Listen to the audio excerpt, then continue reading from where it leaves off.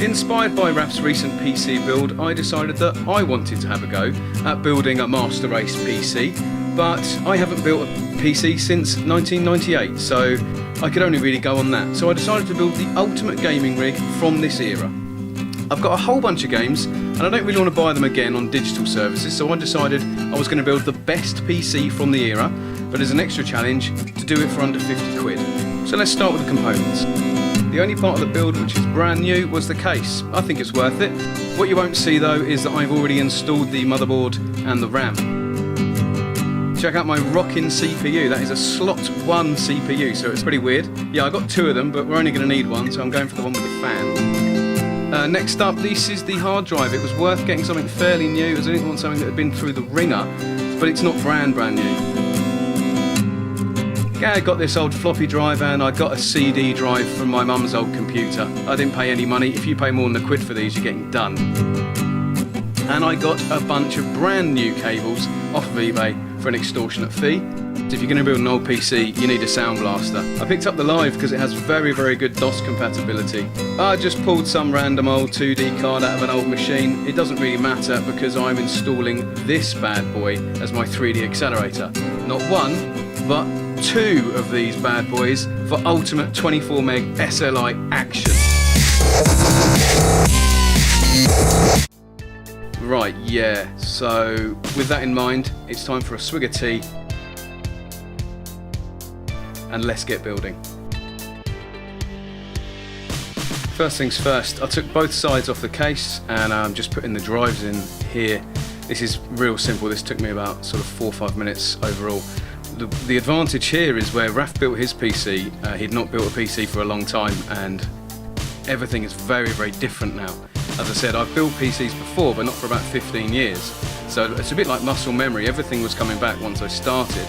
But there are little things like, I didn't know that modern PCs, for instance, needed the power cable, something connecting the PSU to the actual graphics card. That's not something I'm used to. So first of all, you see there's a huge bundle of cables coming out of that PSU. Just flip them straight out of the way. Get the motherboard, power set up straight away, and then the CPU is in, nice and easy. It's a slot 1, so it goes in a little weird, but there you go. Figuring out power cables, from the PSU I actually ended up using one cable. It connected all 3 of my drives, and there we go. First thing in, 2D graphics card, just pops in nice and easy on the AGP slot. You don't get those nowadays, do you? The front panel of my case had a whole bunch of cables, including Firewire and USB 2 and so on. I didn't need any of that, so I've just tied it inside the case so the front panel does nothing. Sound card going in, again nice and easy. It takes up 2 slots on the back though because of that extra breakout MIDI board. That'll be useful when I plug my keyboard in, I suppose. Yeah. I never figure out which way around the CD cable goes. I think I actually got it right, but it was a complete guess. You see, I'm having a bit of trouble here getting the data cables coming out of the drives. The floppy drive cable was pushing the RAM over, and I was a bit worried about it. In the end, I figured out I just had it ran the wrong way, so I just reversed the polarity, and it all seems to be working fine. Everything else was pretty simple. I've only got one master drive. I don't have any slaves or anything, so it all went in okay. Cable management be damned though, it looks like an absolute horror show, but you know, I'm lazy. So I took the whole bunch of power cables that were left over from the PSU, I bundled them up and I just crammed them in a gap above the CD drive, so hopefully I'll never have to worry about them again. Next out, here come the absolute beast, the Voodoo 2s. These are the heart of the build. When I decided I wanted to build a 90s PC, I knew I wanted 2 Voodoo 2s running in SLI. It's just the best thing you're ever going to get in the 90s. Everybody wanted them, nobody could afford them, but luckily they're cheap as chips right now, so building this PC was basically a bit of a dream come true for the teenage me. They all go in nice and easy, and once they're in, out comes the connector tab. There you go, raw SLI power coursing through the machine. Lid goes on, about a 20-minute build time, so I was pretty happy with that. Now I'm all done. I just bought a few peripherals for gaming, and oh, what's that there?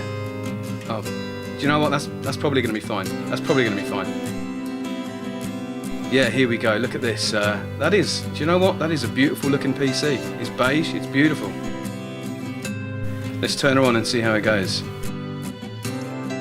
Yeah, all looking good, all looking good. Everything booted up fine. I actually forgot to record me installing the OS, which is a bit stupid, but suffice to say, the whole thing just went perfectly well.